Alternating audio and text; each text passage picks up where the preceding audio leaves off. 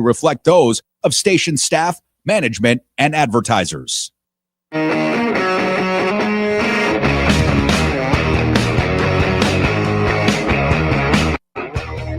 All right, what's up, everybody? A very happy Tuesday. Welcome, Pushing the Limits. Everybody on the Really American Network. Of course, the FMAM Dial KSHP, my personal YouTube page at PTL Radio Show. We're on TikTok, we're on Twitch, we're everywhere. And we appreciate you being part of the program. So Donald Trump just had this wacky cabinet meeting that we're going to be getting to. We're certainly going to be talking about that. The fallout with this Lisa Cook firing, which is pretty much unprecedented. There's so much to get to today. There's so much to talk about. Former presidential candidate Joe Walsh, now a Democrat, will be joining us at the bottom of the hour. My friend Joe does the show all the time, and boy, I love talking to him. But I figured what better person to break down this Trump cabinet meeting of absurdity with everything else that's going on in the world. Always a pleasure to have Midas Touch's very own Ron Filipkowski joining us right now on the program. Ron, good to see you, my friend, as always. How are you? Good. What a crazy day. Yes. Probably the most bizarre day for me covering the second Trump administration yet. Let's Definitely start the most bizarre since the Zelensky blow up in March. But for domestic stuff, absolutely insane. Okay, so I'll just ask you, tell everybody why you say that. Give us the rundown. Because yesterday Trump makes several announcements, executive orders, plans, Lutnick and DOJ, multiple agencies make all these announcements on a variety of different things. And MAGA hated every one of them. I mean, so I cover, the MAGA movement. I'm watching their reaction and they are just freaking the hell out. I mean, one after another, flag burning, Chinese students taking over Intel. The Proud Boys are pissed off. Chuck Grassley's pissed off about fertilizer tariffs. Literally everyone was pissed all day. So I'm covering all that for my column, where I will have all of those MAGA quotes in my column today about each thing bitching about Trump. And then I watched this cabinet meeting, and it's like, these aren't cabinet meetings. He just goes around the room and like everyone in his cabinet praises him about like how godlike he is. So it's just this bizarre scenario where on social media all day long, MAGA is just bitching about everything he's doing and how unhappy they are. And then you go to his cabinet and they're like, everything is amazing. You're the greatest ever. And it's like, he has surrounded himself with all of these yes men, with his Rasputin Howard Lutnick whispering in his ear evil things. And, there's this complete disconnect between him and his MAGA base right now, where he is not plugged into them at all. Ron, you had tweeted out, which I thought was very funny, in this cabinet meeting, they claimed that he saved Christianity, Christmas, and college football. I couldn't stop laughing at that, but it's true. Yeah, I mean, I'm also going to have what I was talking to the guys about an hour ago was because we were all saying that this is a crazy cabinet meeting. This is batshit.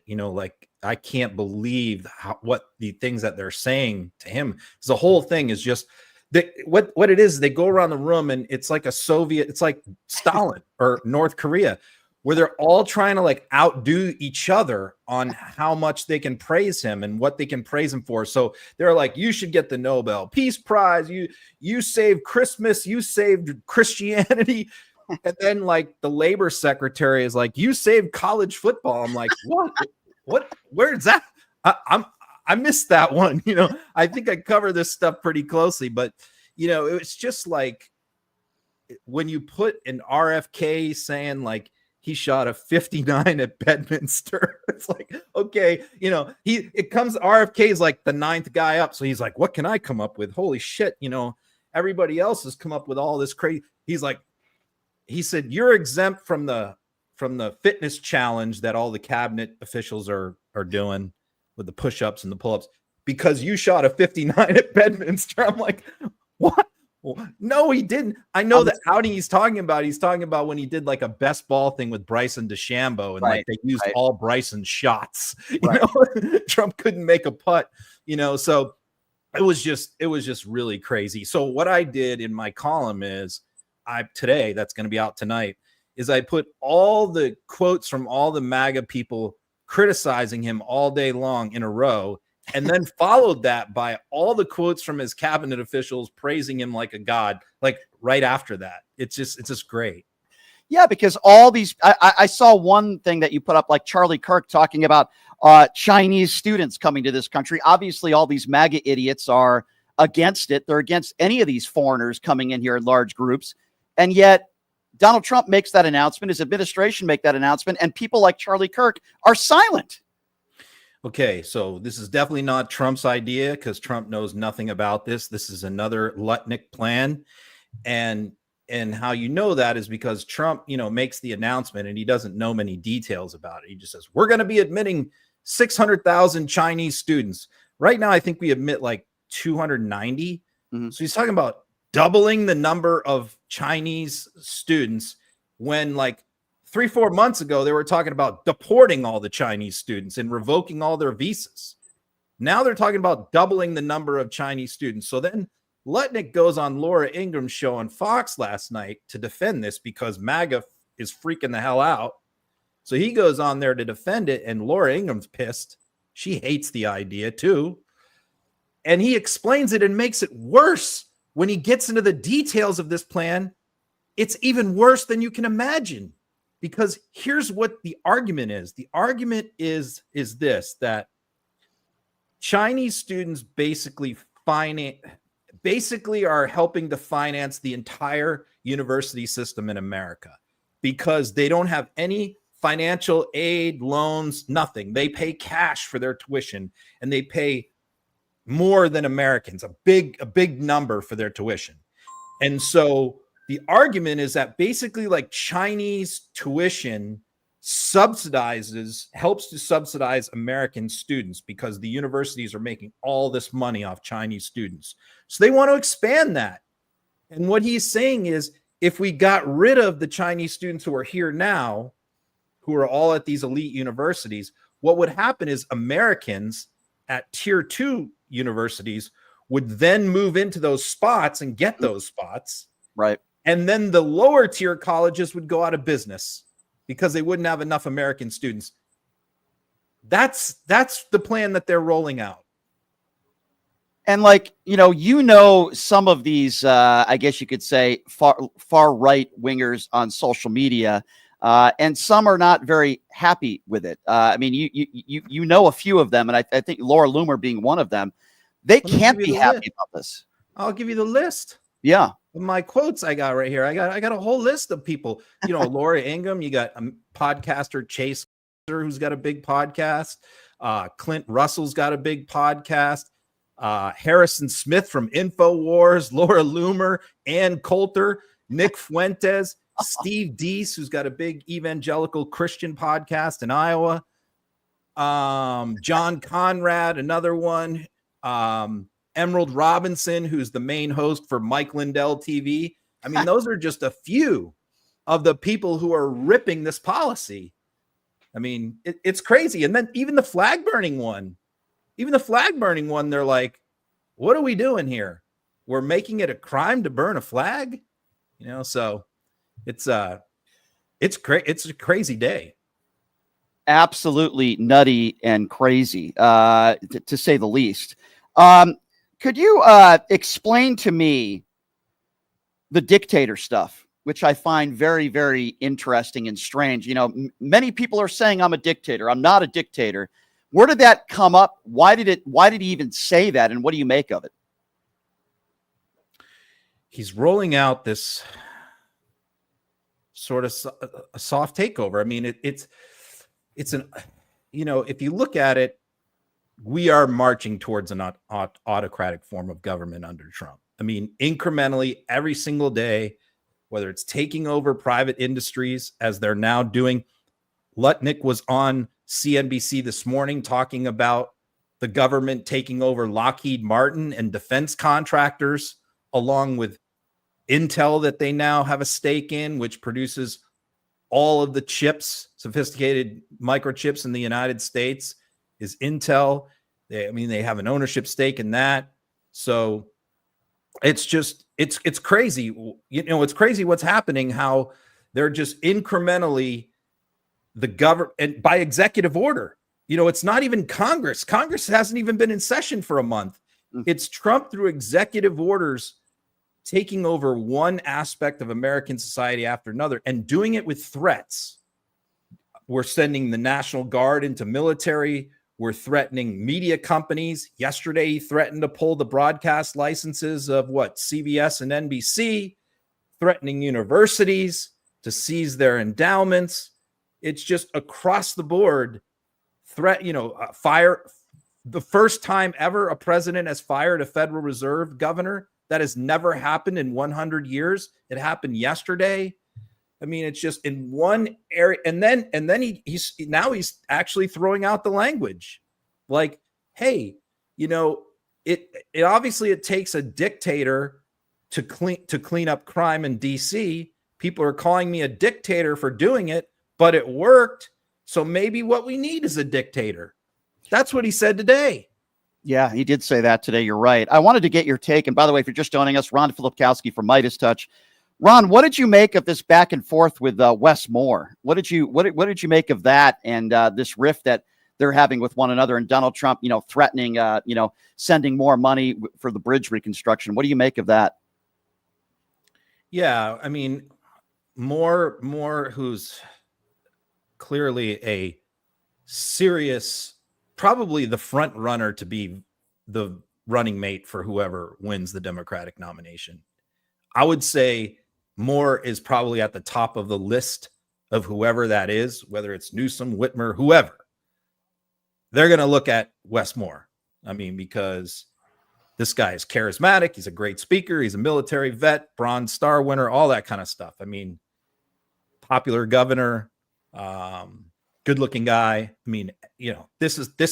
So Trump obviously pays special attention to him and people like Gavin Newsom. Anybody who is a potential leader of the party, Trump goes after personally.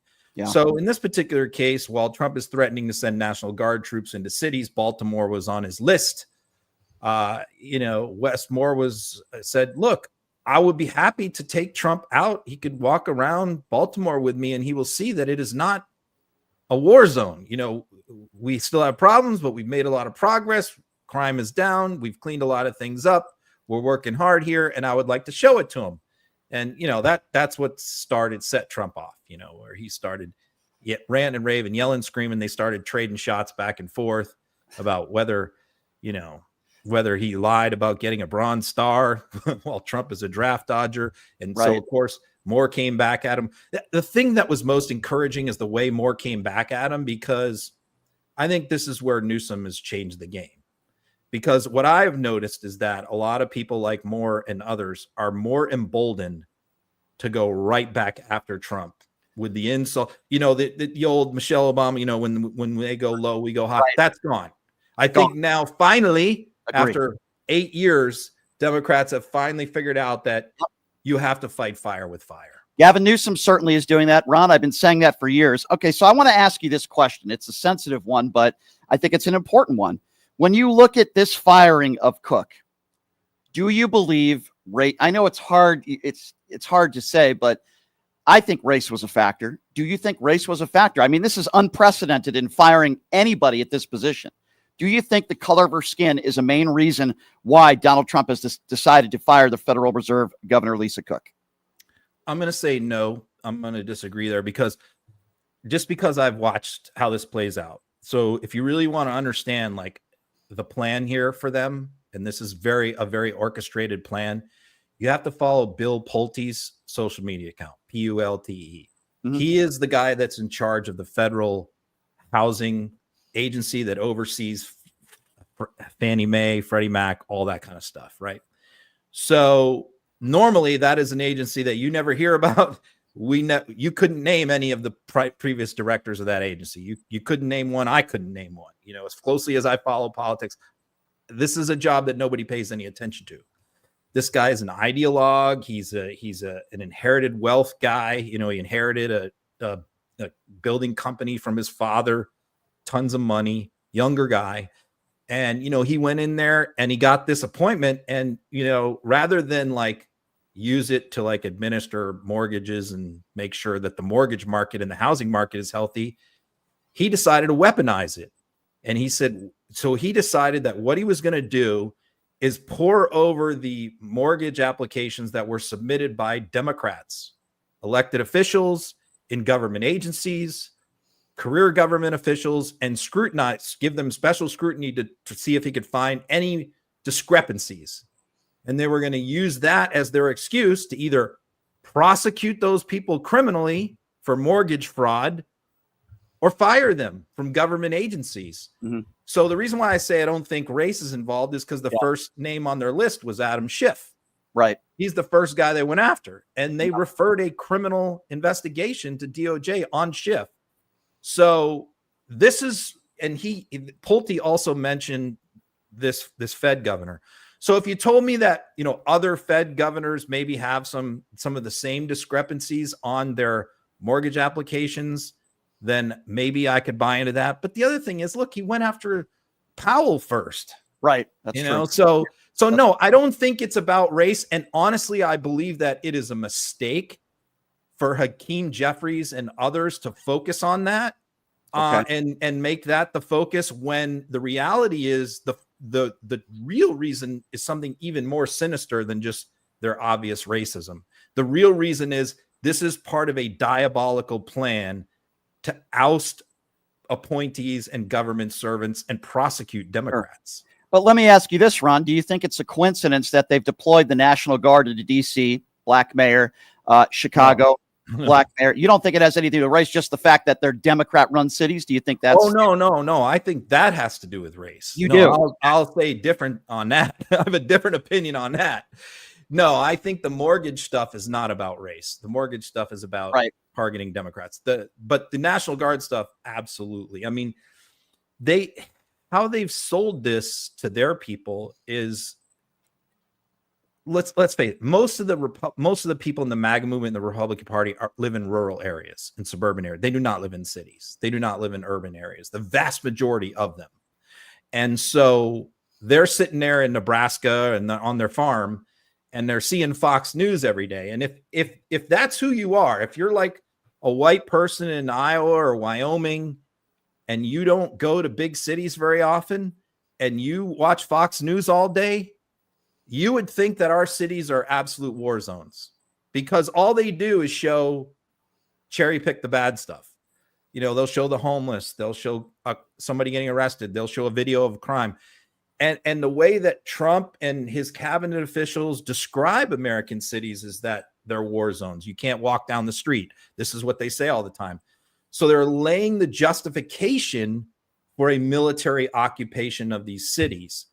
And you hear now his supporters all say it's totally justified because our cities are a war zone, despite the fact that they may have never been in an American city in the last 5 years. But this is what they have been conditioned to believe in order to get them to go along with military occupation.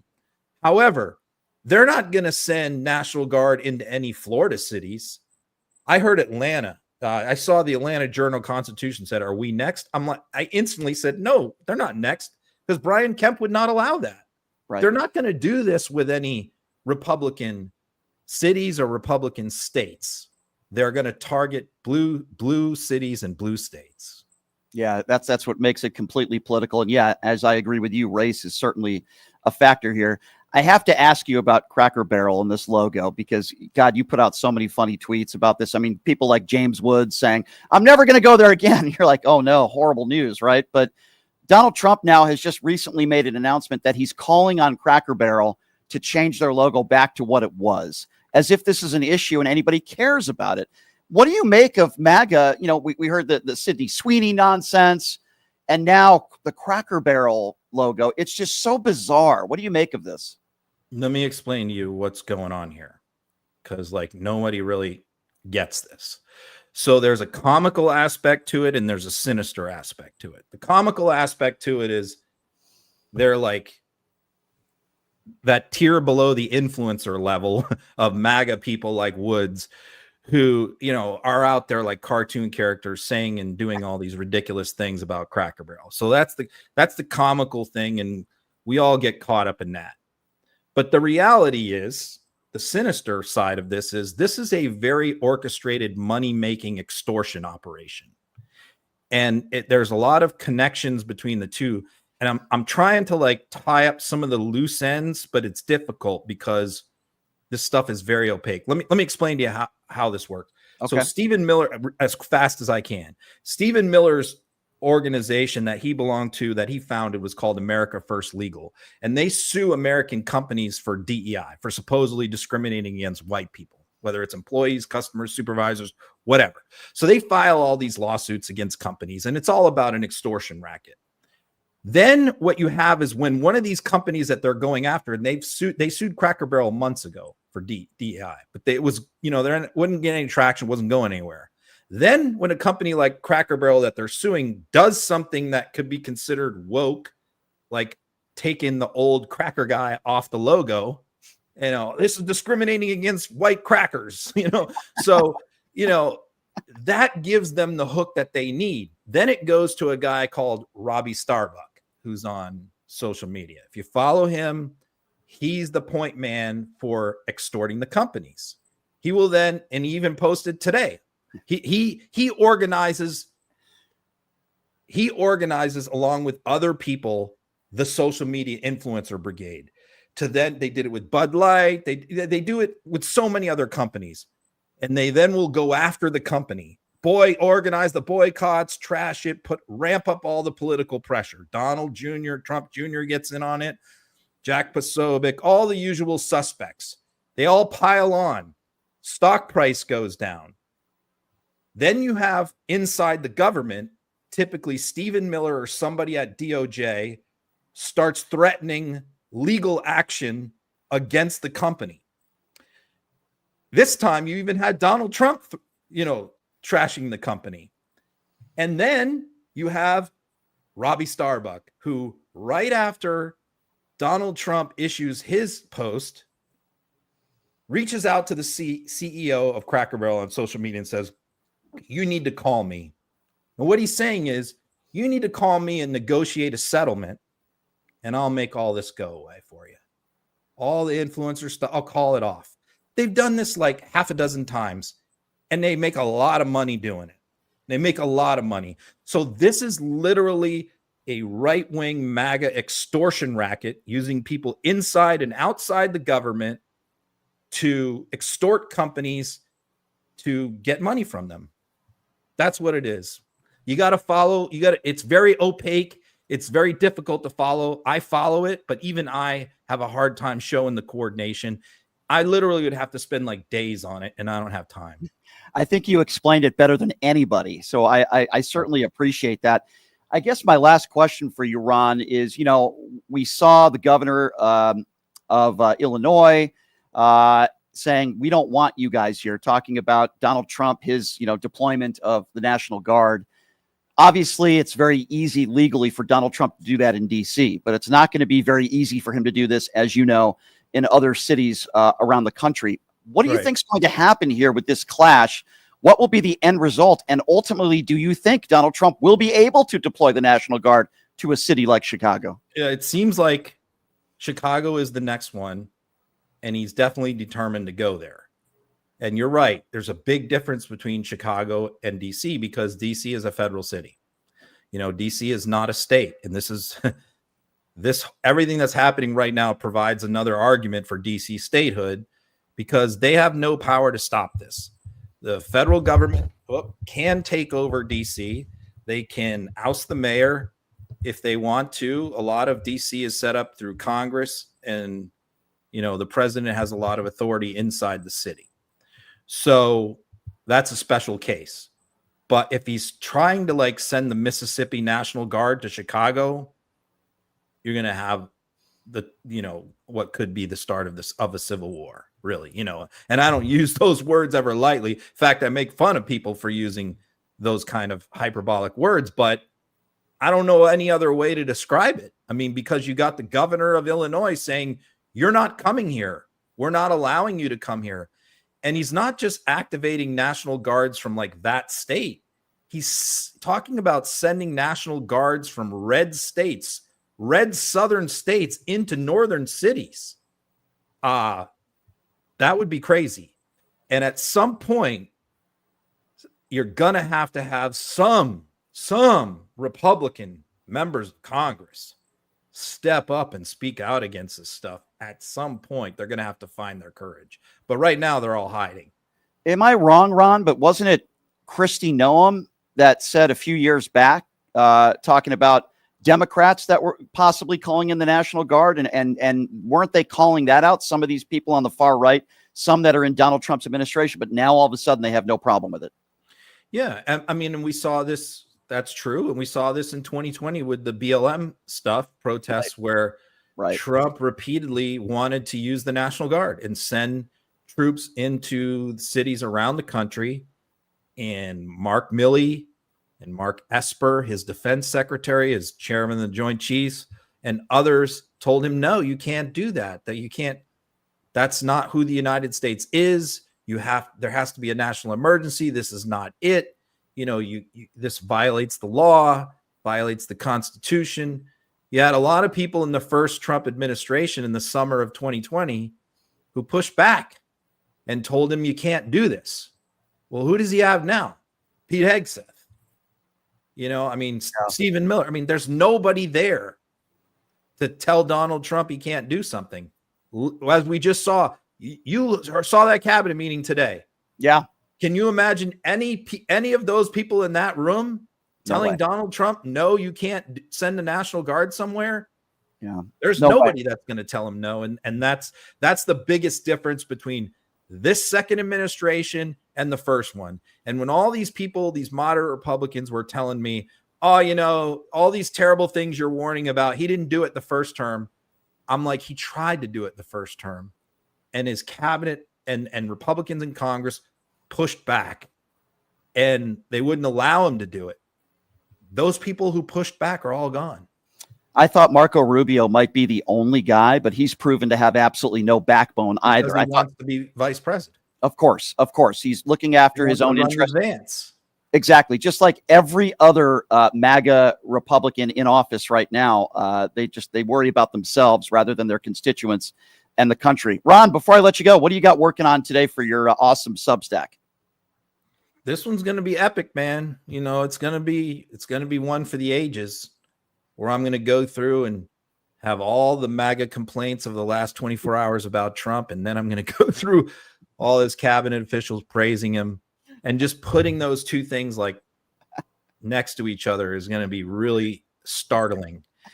And you know, I was just looking at like all the people I've quoted in this Substack, and I was just thinking, not to toot my own horn, but just thinking about other people that write about politics.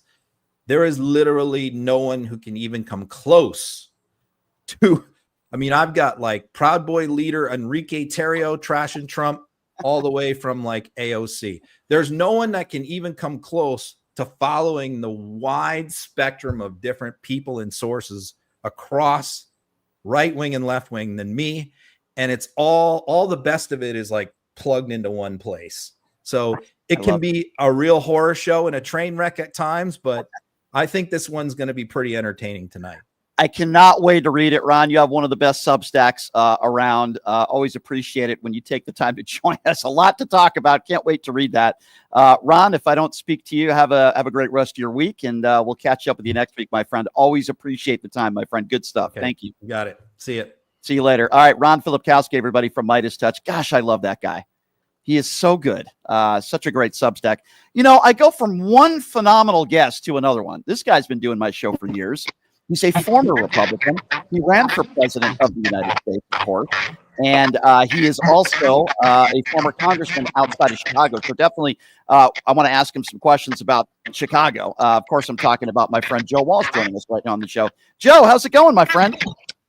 Brian, always good to be with you. I'm a big Ron fan as well.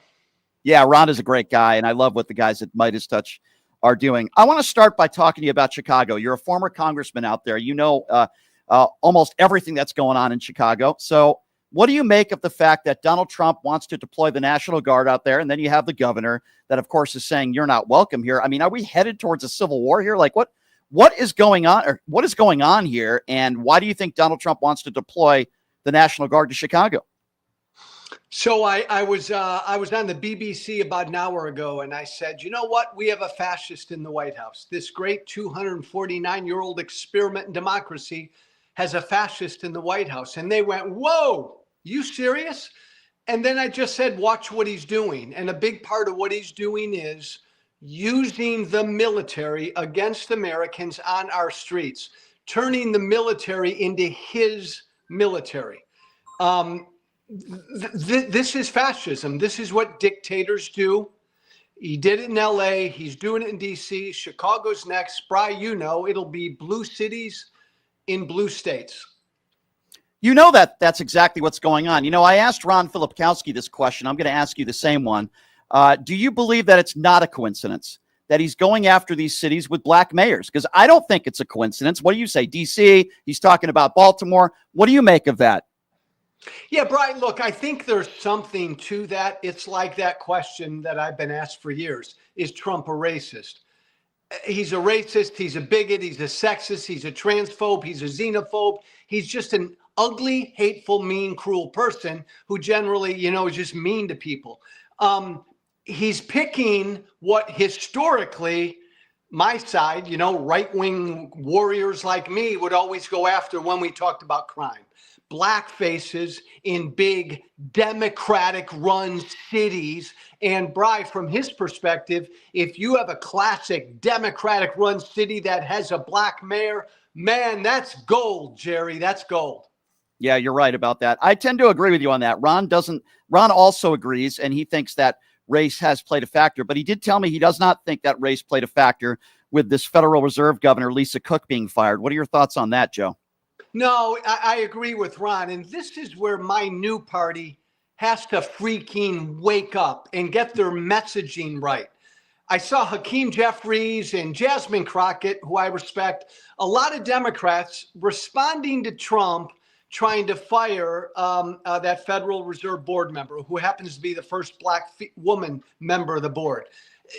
This isn't about identity. Identity matters. It's not about race. Race matters. This is about fascism. This is about a president using his office to try to take over the American economy.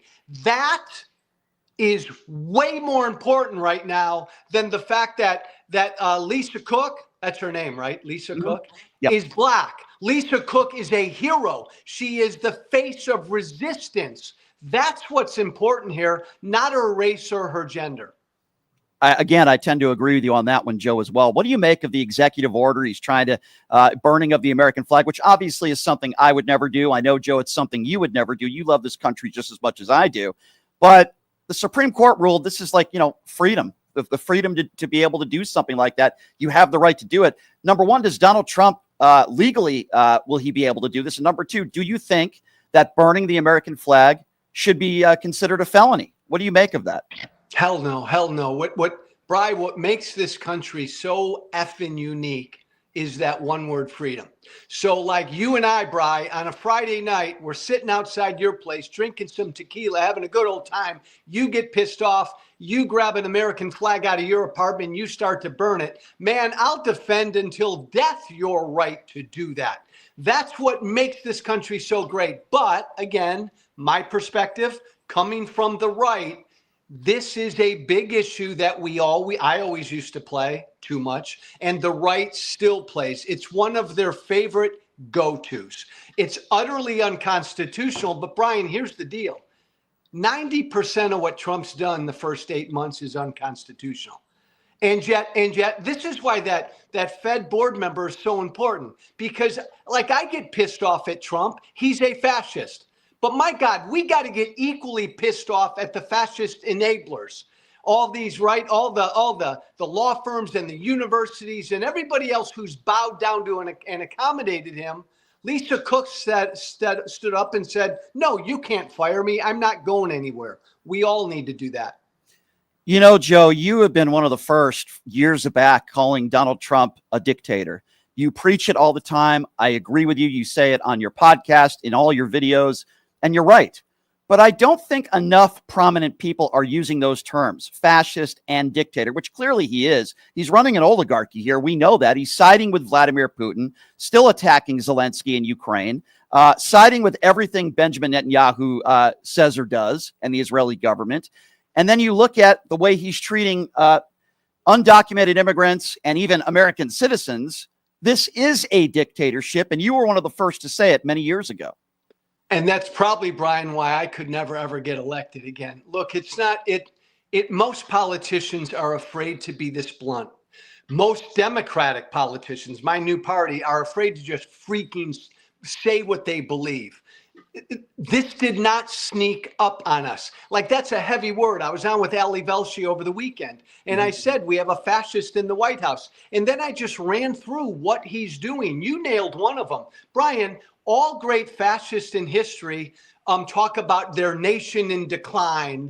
We got to make America great again. And what do? They blame minorities. So Trump is disappearing brown and black people off the streets, going after transgender Americans, denying student visas to Muslim students. These are classic fascist moves. And to not understand the moment, and my party establishment, Brian, doesn't understand the moment. Maybe it's going to be a new Democrat like me that's going to drag the effing party kicking and screaming to understand what we're up against. And you know what, Brian? One more thing. If I've had so many consultants tell me, but Joe, the price of eggs and the price of this or that, screw that.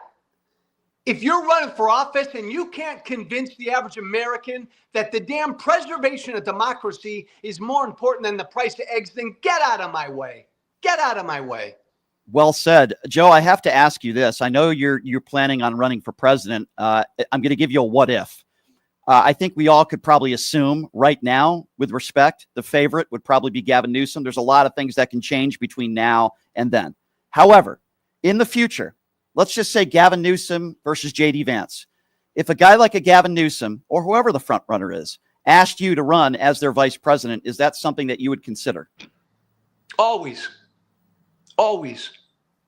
And by the way, Brian, that was an honest answer. Like, if you would have asked any other politician that question, they would have said, well, Brian, we got to put the country first, and I got to do what's best for my family.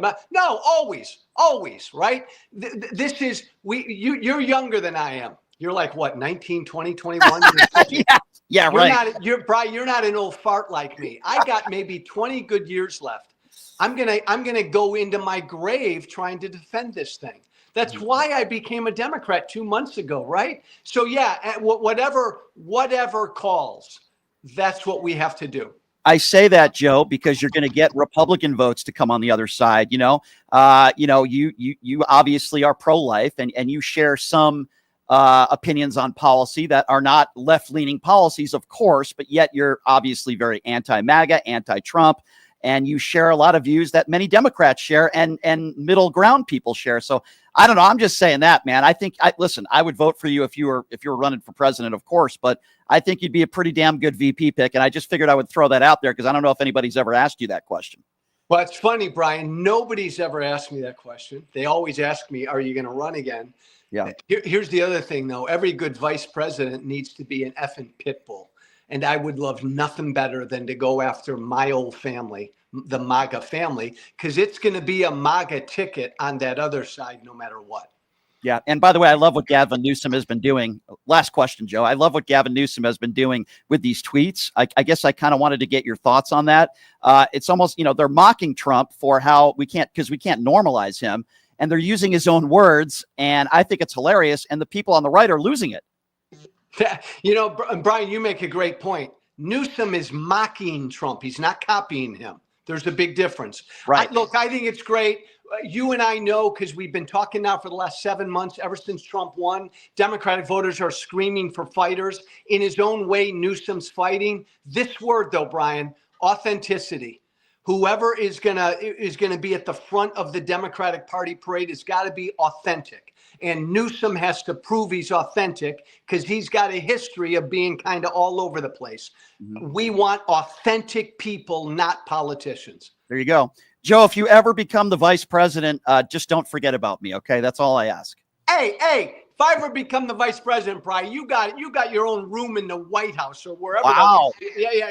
We'll meet in the White House once a month and have tequila and talk about what's going on. I might take you up on that, Joe. So I'm going to have to give Gavin Newsom a call for you. Anyway, Joe, always appreciate. I love you, my friend. Thanks so much for coming on, as you always do. I appreciate your time and hope you have a great rest of your week. And we will talk to you soon, Joe. I love you, pal. Thanks for coming on. Thank you, brother. There you go. Joe Walsh, everybody. Hey, you heard it from him.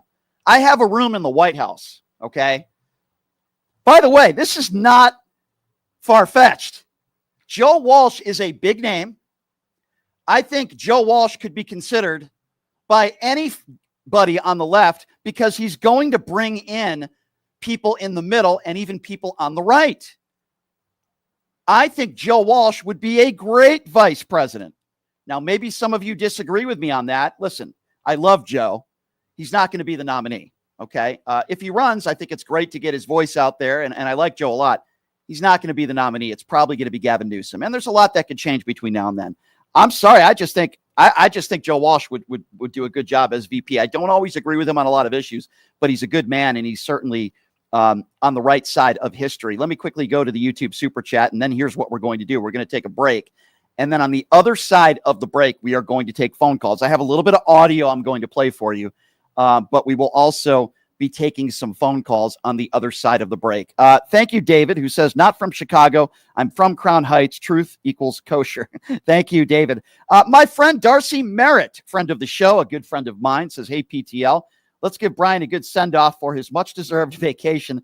Thumbs up and any other meaningful support you can. Thanks for dealing with the insane so we can stay remotely sane, Brian. Thank you, Darcy. That's very sweet of you to say. Yes, I am taking a vacation Thursday, Friday. I will be back on Monday, and Paul Lance will be filling in for me on Thursday and Friday, and Leonard Cardinale will be co-hosting, even though Leonard will be in with me tomorrow.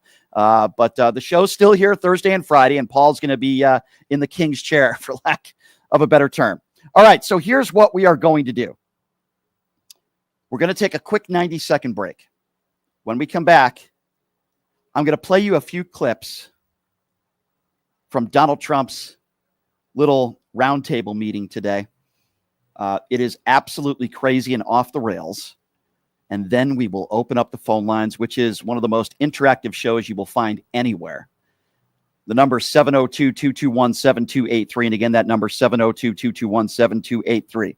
We're going to play some clips for you. We'll take your calls on the other side. And by the way, if you want to know what I'm asking you today, well, it's pretty simple, ladies and gentlemen.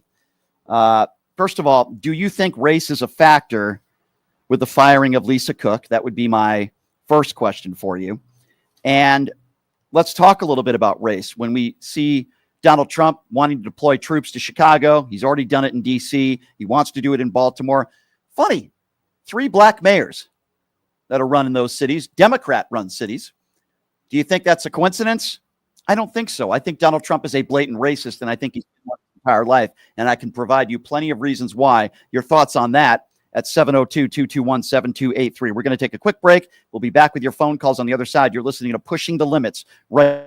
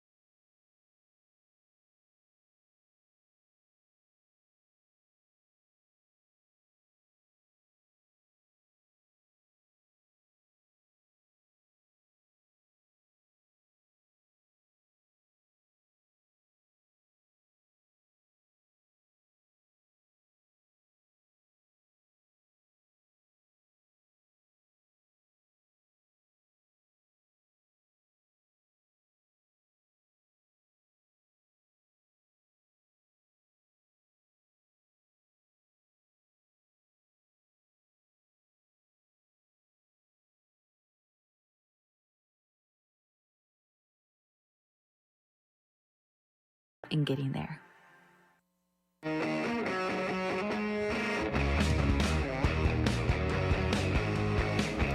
All right, welcome back. It is Pushing the Limits on a Tuesday. Thank you so much for joining us. Hey, today happens to be Tuesday, so that means at Jackson's Bar and Grill, if you show up with your TAM card and you earn 250 points, you're going to get $50 in free slot play. Just show up with your TAM card. Check it out. Jackson's Bar and Grill. I was over there yesterday. I had a phenomenal lunch. Check them out. Best food, great atmosphere. Jackson's Bar and Grill, located at Flamingo and Jones. And please tell them that I sent you. Brian Slipok and the gang will take care of you. So if you're just joining us, you've missed a lot. We had two great guests on, Ron Filipkowski from Midas Touch, and we had former presidential candidate, he's going to be running for president again, Joe Walsh, joining us on the program. Two of really some of my favorite guests. We are also in the YouTube Super Chat, where Immortal just said, I just wanted to come on here to ask why Donald Trump doesn't just use the same makeup on his face to blend on his hands, and he has the ankles of an elephant. That's actually very funny, Immoral. You made me laugh. Thank you for your support and your donation.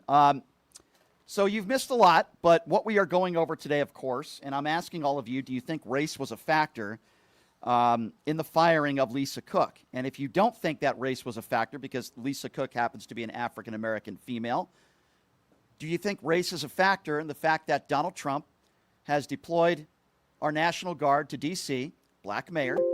He wants to deploy the National Guard to Chicago, black mayor. He wants to deploy the National Guard to Baltimore, black mayor. Do you think that is just a coincidence? Because I don't think it is at all.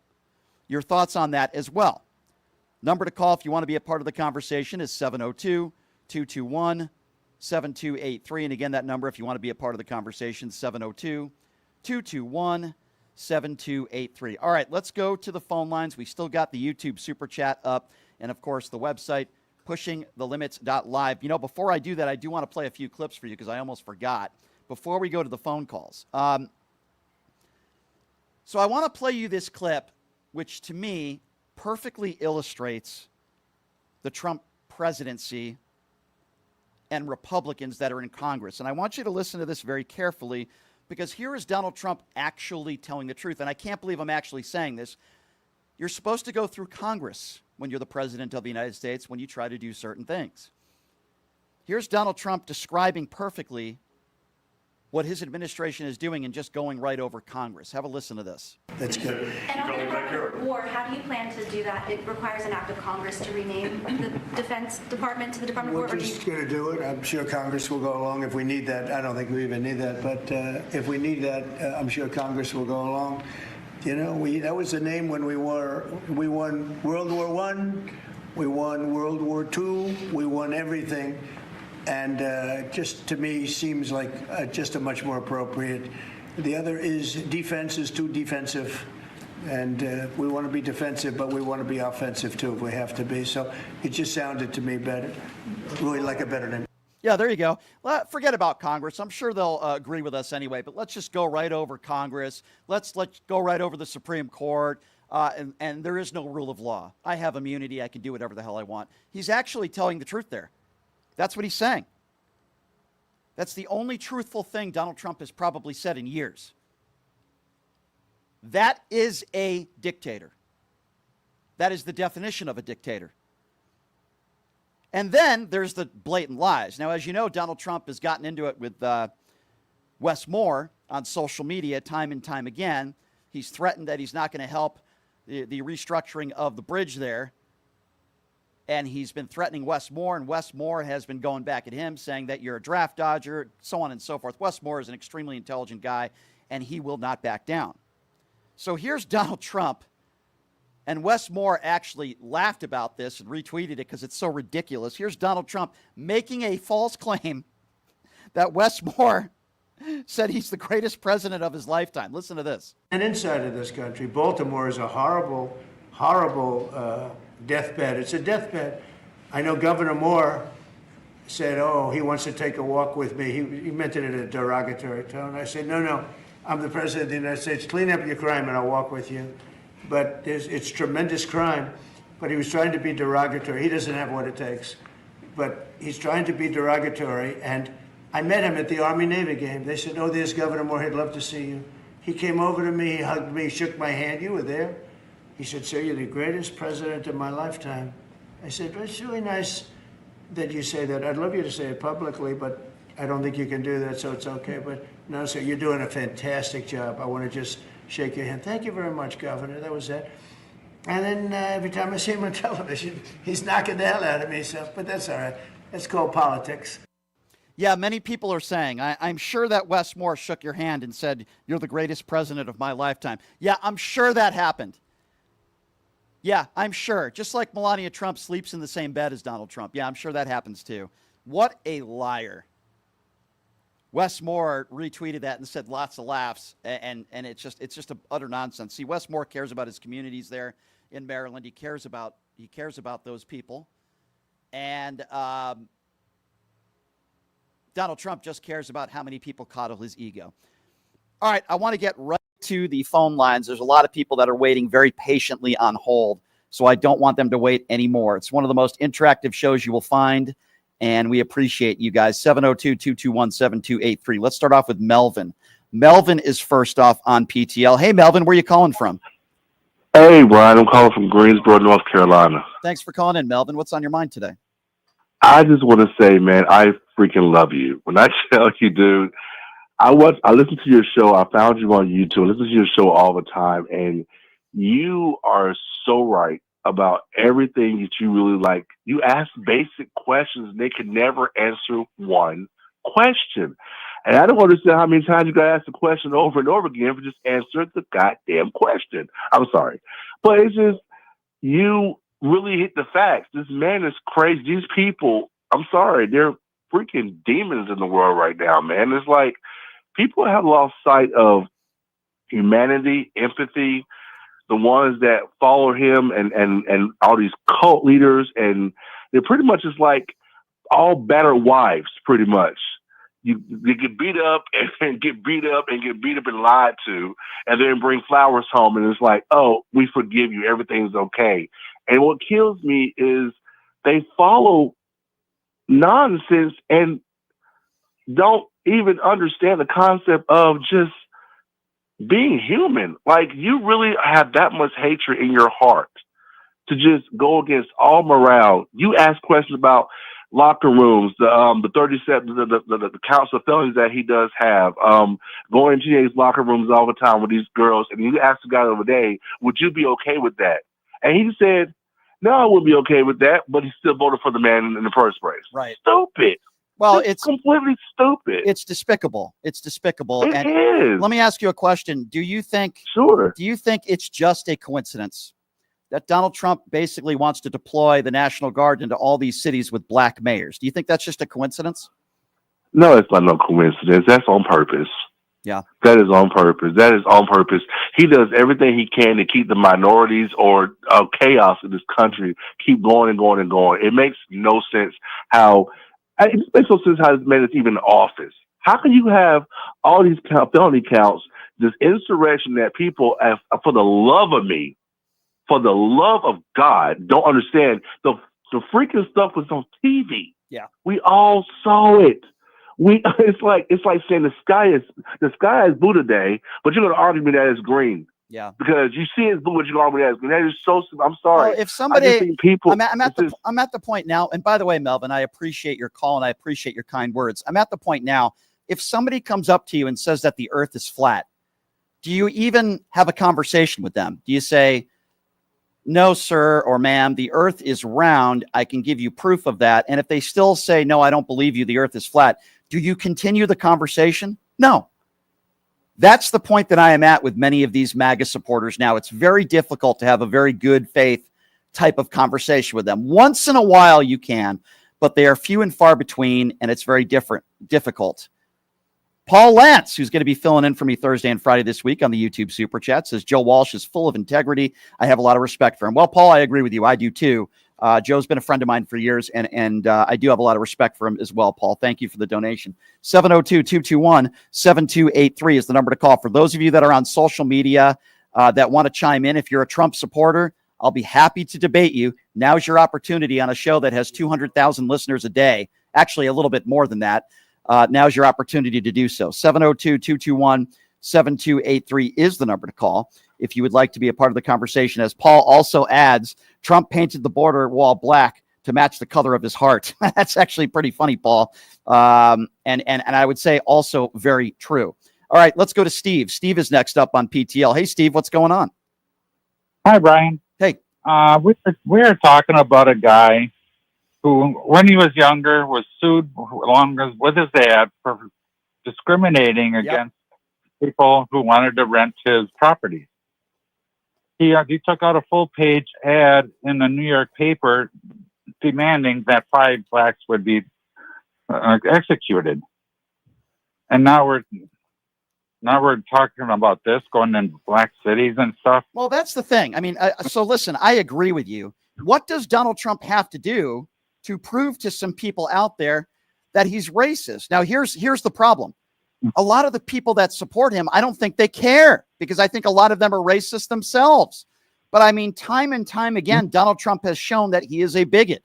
What else does this man have to do? First of all, he's not going to be deploying the National Guard into any cities run by Republicans. We know that.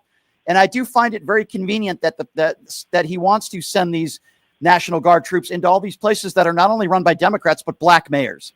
I don't think that's a coincidence. And you look at the way he's treated minorities his whole life. You mentioned some things, the thousands of discrimination lawsuits that they had to pay out because he did not want black people to live in his properties in New York. We can go on and on and on. The history of Donald Trump, not just the way he's treated women, but the way he's treated African Americans and minorities. And he's doing that with undocumented immigrants and brown people in this country, not giving them due process. It's sickening. It's disgusting. The man is a bigot. And one other thing, Brian, is that we cannot forget that he's distracting from the Epstein files. Oh, yeah. Listen, I agree with you, my friend. And we all know that this is a huge distraction. So I completely agree with you on that one as well. And I appreciate your call. 702-221-7283 is the number to call. Let's go to Courtney. Courtney is next up on PTL. Hey, Courtney, what's going on? Hey, Brian, it's Courtney in Brooklyn. How you doing? Doing good, Courtney. Thanks for calling in. What's on your mind today? Okay, I disagree with you and Joe about it being race. It's both. I mean, he hates black women because 92% of us voted against him. That's right. And he particularly hates us educated Negroes. So I do think that did play into it. I mean, yes, it's his hate of the feds, but it also played in that here you have this black woman and the first one at the Fed. Well, I don't disagree with you. Of this is, I think both can be true. No, you guys were like, no, I don't think that we should be saying it's. I think Joe said it, that he didn't think we should be talking about race. Yeah, it's both.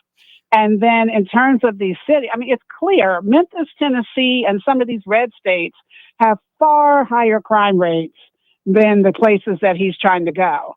And it's just a way to start corralling black people in and picking up more black and brown people in terms of immigrants, because we do have a lot of them living here and they're easy pickings because, you can see them, like we're all on the streets and stuff all the time. We're walking about. Right. So I think that that's what that's all about. It's definitely everything he does is race. I think even him running was yes, racist. I don't disagree with anything you just said. I think both can be true. I think race can be involved in the fact that he wants to be a dictator.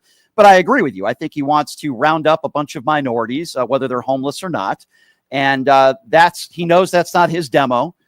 He knows the overwhelming majority, as you mentioned correctly, it was like 92 or 93% of black women did not vote for Donald Trump. Thank you to all of those. And 80% of black men did not vote for Donald Trump. He knows who his supporters are, and many of them are not minorities. That's just the reality of the situation, my dear. And I don't disagree with anything you said, and I really do appreciate your call. Go to Shelley in the YouTube super chat. Shelley says, with Trump, there are no coincidences, the dictator in chief. I agree with you, Shelley. I've been calling him a dictator for a while, not as long as Joe Walsh has been calling him a dictator, but I certainly agree with you on that. 702-221-7283 is the number to call if you would like to be a part of the conversation. Why don't we go to Brett? Brett is next up on PTL. Hey, Brett, what's going on? Hey, what's going on, Brian? Hey. I'm still frustrated because the media isn't calling this out, that they're not calling him out every day on this stuff. And, as far as crime, violent crime it is an issue in this country, but it's not even nearly the most important issue. If we were to go after white collar crime, we could probably clean up over $1 trillion in debt owed by white collar criminals in this country. But if the issue is real crime, then how come this isn't addressed? Because these are Donald Trump's friends? Well, first of all, if the issue is crime, even if you disagree with Donald Trump deploying the National Guard, you would say, why don't you send the National Guard into the most dangerous cities? We know he is not doing that. So there is no explanation other than the fact that he wants to own the libs. He knows the base loves the fact that he's, putting these troops in there to Democrat-run cities, many of whom have black mayors. So, this isn't about rule of law, because anybody who wants to say, well, what's wrong with Donald Trump wanting to clean up the streets and make this country safer? Then I ask them to look at the pardons for those on January 6th, some of whom beat police officers. So this is a bunch of nonsense. This isn't about making America safer. It's about Donald Trump being Mr. Tough Guy when he's really a coward, going after minorities and owning the libs. That's what this is all about, my friend. Yeah, I know, Brian, but like I said, are any of the media outlets addressing the fact that he's going after cities that the crime rate is actually down in, instead of going after the most violent, cities in the country? I mean, which are all probably the top 6 are red, I believe. Yep, you are correct. I do believe that in Little Rock, Arkansas, and we were talking about this yesterday, that is run by a Democrat mayor, but Arkansas, correct me if I'm wrong, has a Republican governor. But yeah, you're absolutely right. Going back to the YouTube super chat, Tina B says, more hypocritical insanity from Trump saying he will sue Gavin Newsom for gerrymandering. Well, you're right about that, Tina. It's nothing but hypocrites on the far right these days. And I can give you about 100 different examples of that. Again, if you're a Trump supporter, now's your chance to debate me, and now's your chance to call into this show and, tell me why you think I'm wrong. Let's go to Joseph. Joseph is next on PTL. Hello, Joseph. Hey, Brian. Hey. All right. Here's my piece.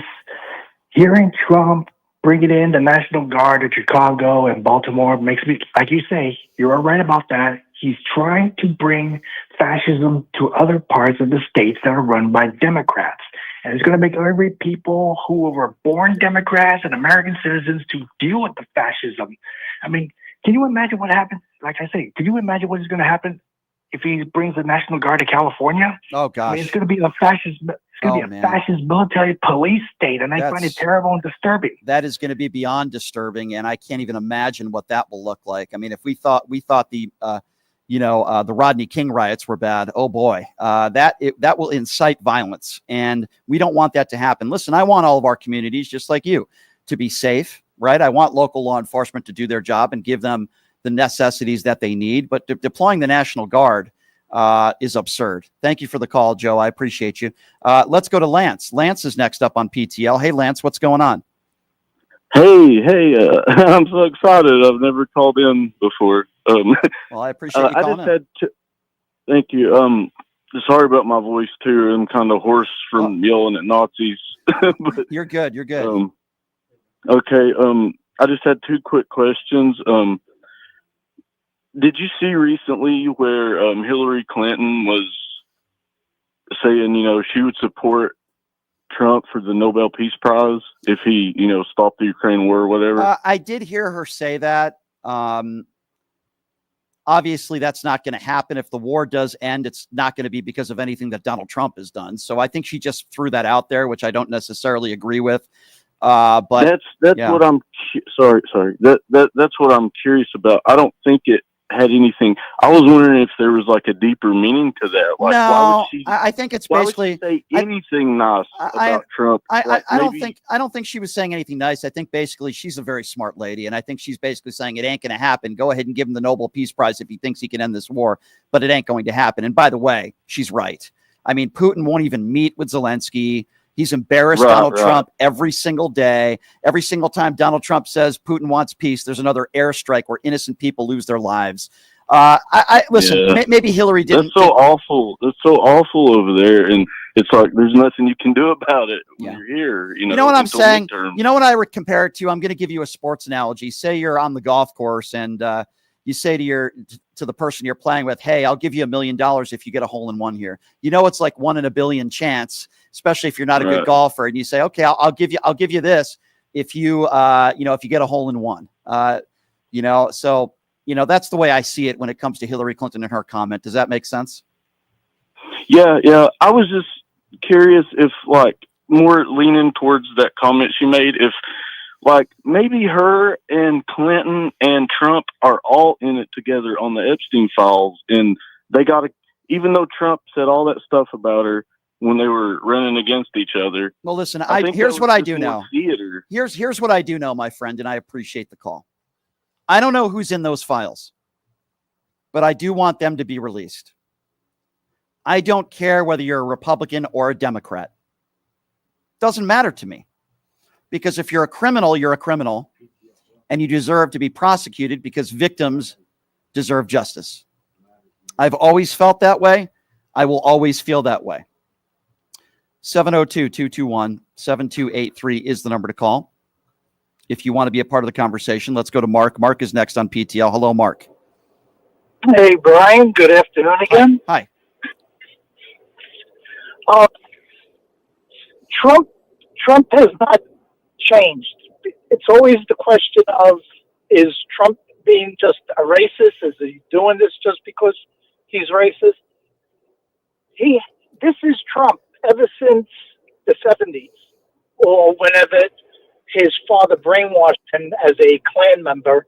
He instilled this into Trump. So Trump never changed. He's just more outspoken about what he's doing. Also, you mentioned about Joe Walsh, where he's going to be running for president. Yeah. I could pick, like you always say, I would vote for a ham sandwich before any Republican. Sure. And by the way, it's not a Republican Party anymore. For you people, it's MAGA. That's how I classify them now. I don't even call them Republican. I call them MAGA. Well, I agree. Because they're not a Republican Party. Obviously, Mark, I completely 100% agree with you. It's not the Republican Party. It's the MAGA Party. All right. Speaking of MAGA, let's go to a MAGA supporter. We always appreciate when they call in. Let's go to Stephen. Hi, Stephen. Where are you calling from? Yeah, I'm calling from Indy. I'm sorry. Where are you calling from? Indy. Okay. Indiana. Gotcha. All right, Stephen. So where do you think I'm wrong here? You say you're a Donald Trump supporter. Where am I wrong? I'm calling from Indy.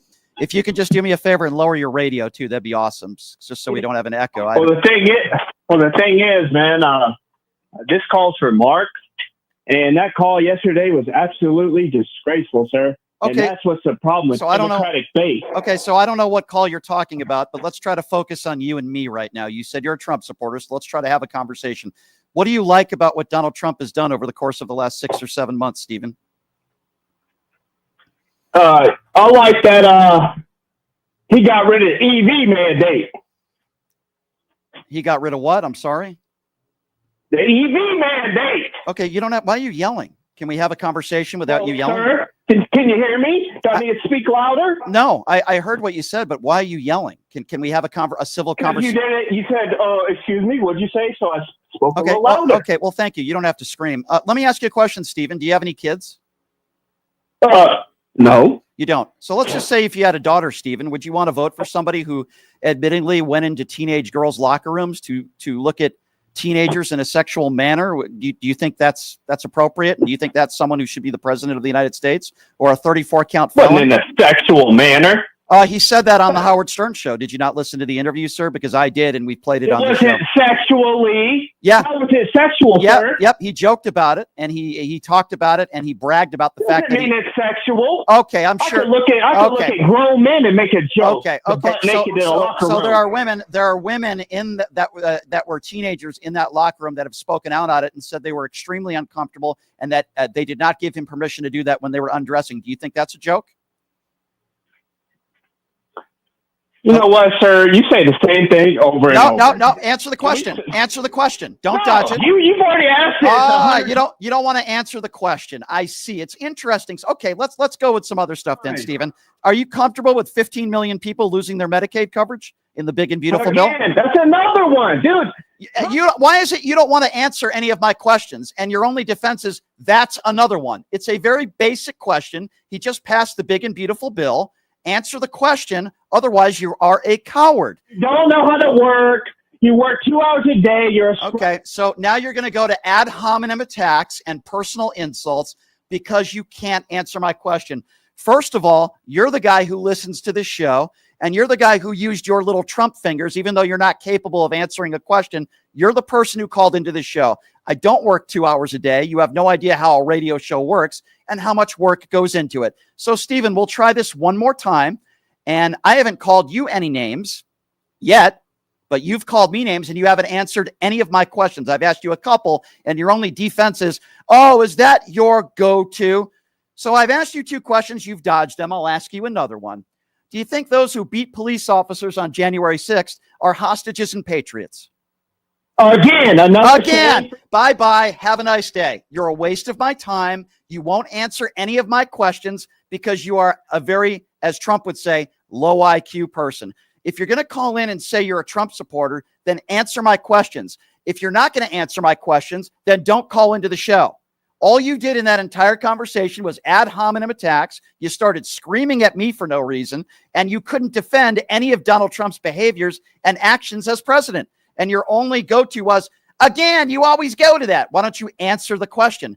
I'll respond by saying, again, you Trump supporters, when I pin you in a corner and I ask you to defend the indefensible, and you can't do it, so then you start attacking me. Thank you, Stephen, for proving my point that many of you are very ill-informed and uneducated. Immortal. Let's go to Immortal with the YouTube super chat, who says, why do all Trump supporters sound like Stephen? Worth a second donation. Thank you, Immortal. And Stephen, thank you for calling in because you helped make me some money with some donations. So that's awesome. Again, you did it again. You keep bringing up those talking points again. Why do you keep saying that again?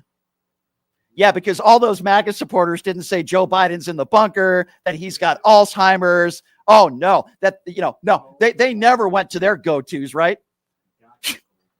But the difference is when somebody on the right goes to some sort of go-to, I explain and answer and tell them why I disagree with them. Obviously, Stephen's not smart enough to do that. He's very special. All right, who do we got next here? 702-221-7283. Let's go to Leonard on line 6. Leonard is next up on PTL. Hi, Leonard. How you doing, Brian? Hey, boy, good. What a day. Yeah. I can't wait to come on the show tomorrow. These people, wow, that was a typical standard MAGA. But can I take a moment to explain something about Hillary Clinton's statements? Sure. So it wasn't just saying that I would nominate Trump for the award. What she actually said was, if he were to stop the fighting and give back all the territory that Russia took back to Ukraine, there's context. Then because the thing is, he's never going to give that land back. Leonard, I'm going to be Stephen for a few moments, okay? We'll do a little. All right. Again, you go to those talking points. Again, that's not true. That's not what Hillary Clinton said. Again, yeah, you liberals, you go to your talking points. Leonard, you go to your talking points. Can you name one thing that a new talking point that any MAGA or anyone who watched Fox News has come up with in, let's say, since 2020? Can you name one new talking point? Again, he's making America great again, and you just are angry about it because you're a liberal. Again, you go to your talking points. Again.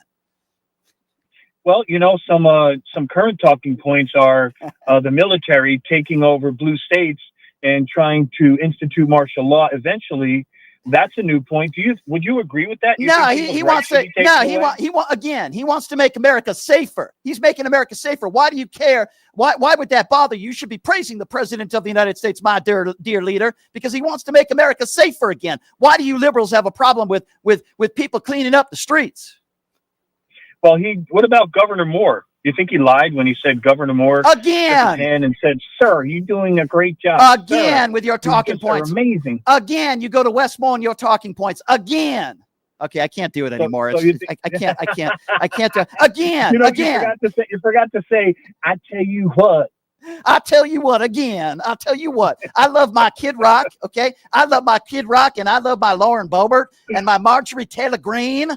Okay, again. Kid Rock is pissed at Gavin Newsom. Oh my God, is he mad? I listen to my Ted Nugent every night before I go to sleep again. Okay, I'm sorry. I can't do it anymore. Leonard, I can't wait to see you tomorrow, my friend. Thanks for calling in, okay? All right, brother. Have a good day. All right. Again.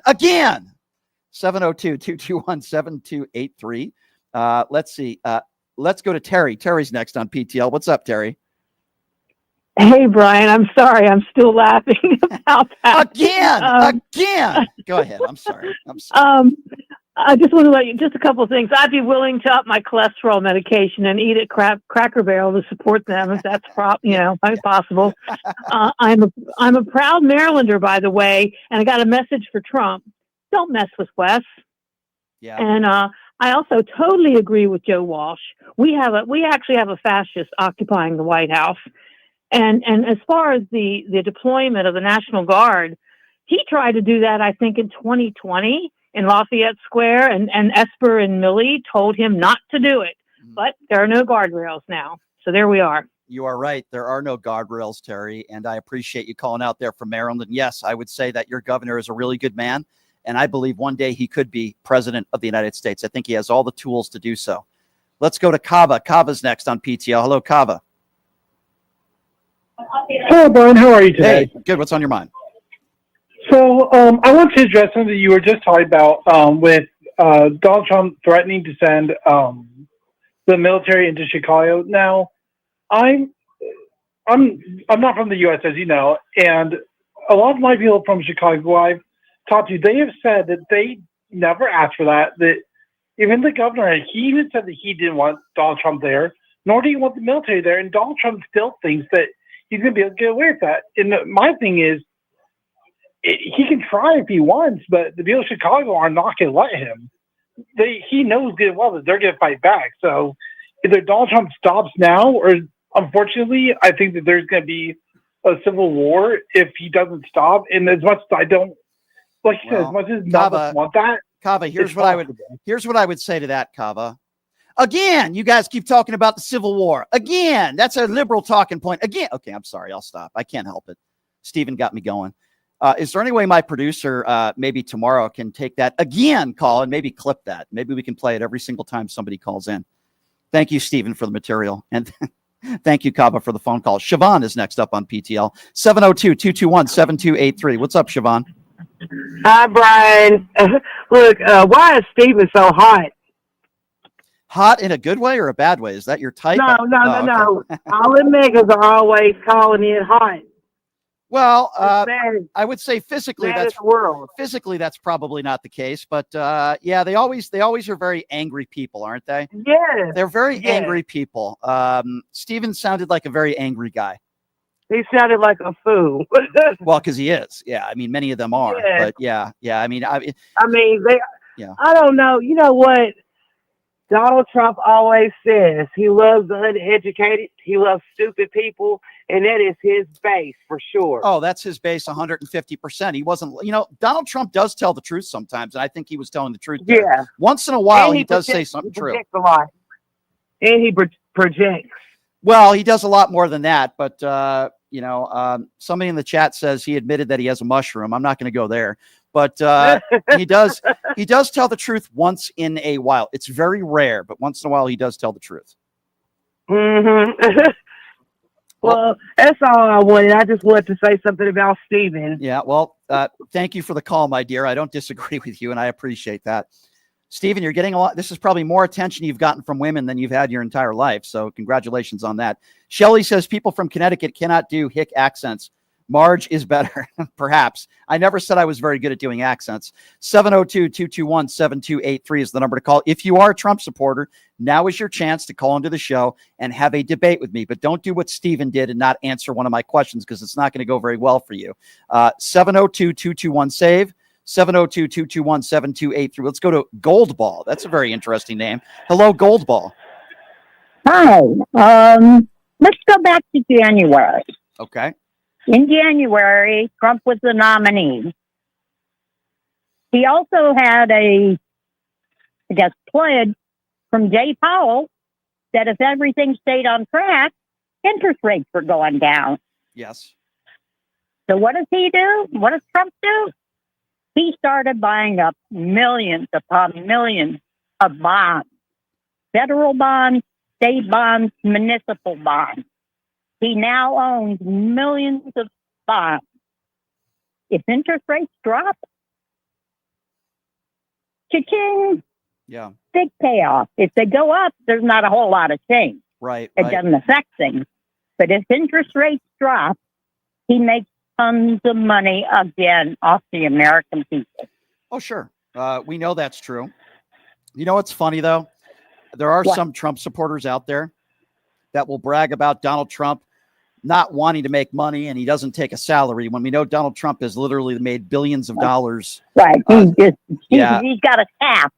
It's he's insanity. got a faucet that just runs into his pocket. The idea that anybody thinks Donald Trump cares about you, he doesn't even care about his own family. The fact that anybody thinks that Donald Trump cares about this country or he cares about you, it means that you're very, very naive and perhaps ill-informed and complicit. I mean, I'm trying to be nice about it. You know what I mean? Right. And here's my point on his racism. I think he would, even if they were white men and Democrats or white women, he would still go after them. But the fact that they're black, that just adds a bigger grin to his face. You are absolutely, I agree with you. And if you look at Donald Trump, and thank you for the call, my dear. If you look at Donald Trump's history and his past and the way he's treated minorities, other than people that maybe look like him with a lot of orange makeup, he treats them very, very differently. Do you remember the Central Park Five? 5 minorities that were in jail for a crime that they were convicted of, and then they were let free because of DNA that proved that they were all innocent. Donald Trump took a page out of the New York Times and said they deserved capital punishment. And then when they were found innocent, he still doubled down on it. Now, is it a coincidence that these were 5 minorities? No, just like I don't think it's a coincidence that Donald Trump is deploying the National Guard into cities that are run by black mayors. This is not a coincidence, ladies and gentlemen. Donald Trump has a history, and it's a history of being a bigot. That's who Donald Trump is. And if you don't believe me, just go to Mar-a-Lago, because those are the people that Donald Trump hangs out with, a bunch of white people that happen to be wealthy. That's the type of people that Donald Trump hangs around with. 702-221-7283 is the number to call if you would like to be a part of the conversation. All right, let's see who we going to next here. Let's go to David, or who we going to? Pat? You want to go to Pat first? All right, let's go to Pat. Hi, Pat. What's going on? Hey, Brian. Hey. Totally off topic, but I wanted to just mention it. A few months ago, I think it was maybe May. Do you remember Shiloh Hendricks, the lady in Rochester, Minnesota? Yes, I do. Who called the young child the N-word. I remember that. Yep. Yes. She was going to be charged today with, unfortunately, I can't remember it, 3 or 4 counts of disorderly conduct only. Yeah. $1,000 fine or 90 days in jail. What the hell is she going to do with all that money she raised? So she raised, correct me, hundreds of thousands of dollars, right? I think about $1 million. Yeah, so that is criminal, if you ask me. That is what is so sick about this country. You have a woman, a despicable human being, who called a young child the N-word. Now, I don't think that's against the law, even though it's despicable and disgusting. I'm not a lawyer. But the fact that there is anybody in society, anybody, that would donate money to her based on that behavior, we should not be surprised that somebody like Donald Trump becomes the president of the United States. If people are willing, thousands and thousands and thousands and thousands of people are willing to donate to a woman because she called a young child the N-word, then why should we be surprised that millions of people voted for Donald Trump? Exactly. And I'm not surprised. I just think it's despicable. Yeah. Listen, I talked about this on the Piers Morgan show. And I said, if you are donating to this woman, then you might as well be wearing a white hood. And then the pushback I got was there was a African-American, a teen black kid who stabbed a white kid. If you remember that story. And then I was asked, what about all the people that are donating to him for his legal defense? I said, well, If he's found guilty and then people are still donating to him, then I would have a problem with that. But they're donating to him because they believe he's innocent. And if he's found innocent in the court of law, then I have no problem. In fact, I would praise the people who gave him the legal funds to be able to defend him. We don't know whether he's guilty or not. So the two, they're not equate. We saw what Shiloh did on camera. We saw it. We heard it. There's no ifs or ends about it. Anybody who donated to her is despicable. And I guarantee you, 100% of the people that donated money to her are also the people who voted for Donald Trump. I guarantee you that 100%. Agree. So, yep. Sorry to go off topic. No, that's okay. Thank you. Well, listen, it just came out today. I appreciate that. It's not necessarily off topic because we are talking about race, and I asked that question is certainly about race. And I asked you all the question: do you think it's a coincidence that Donald Trump has fired a African-American woman by the name of Lisa Cook? Do you think it's a coincidence that Donald Trump is only going after cities run by Democrat black mayors and sending the National Guard out there, or at least attempting to? Is that a coincidence? Terrence on the YouTube super chat says, "Hey, Brian, I'm hearing the championship Texas Longhorns softball team turned down a White House visit." Well, I don't know if that's true. If it is, it wouldn't surprise me. That's for sure.